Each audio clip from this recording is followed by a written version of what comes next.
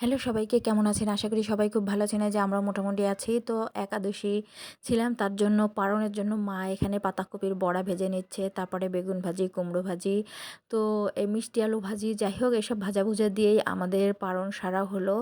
তো কি আর করা যাবে। আর এইখানে পাতাকপি কেটে রাখছে, এটা একটা ঘন্ট করা হবে।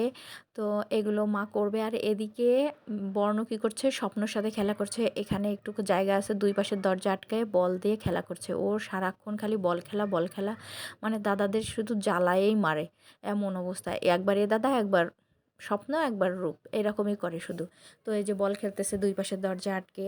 আর এদিকে রূপ একটু শুয়েছিল, তা ওকে যে কি জ্বালাতন করে ভগবান, একদম এই যে বই খাতা চেলে ফেলে দিচ্ছে, ওকে টেনে টেনে তুলতেছে, মানে এইরকম ওর কম্বল টান দিচ্ছে, আবার যা পাচ্ছে ওর গার উপরে দিচ্ছে, ওই যে ওর গার উপরে দিচ্ছে, মানে আবার হাসতেছে, মানে এই রকমই চলতেছে দিনকাল।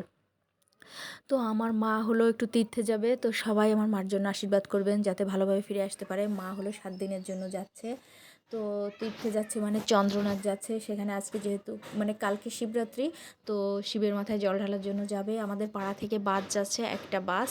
তো একটা বাসে অনেক মানুষ, তো মাও রেডি হয়ে গেছে। তো 8টার দিকে বাস ছাড়বে, তো সন্ধ্যার দিকেই মা আসলো। তো ঠিক আছে, টাটা।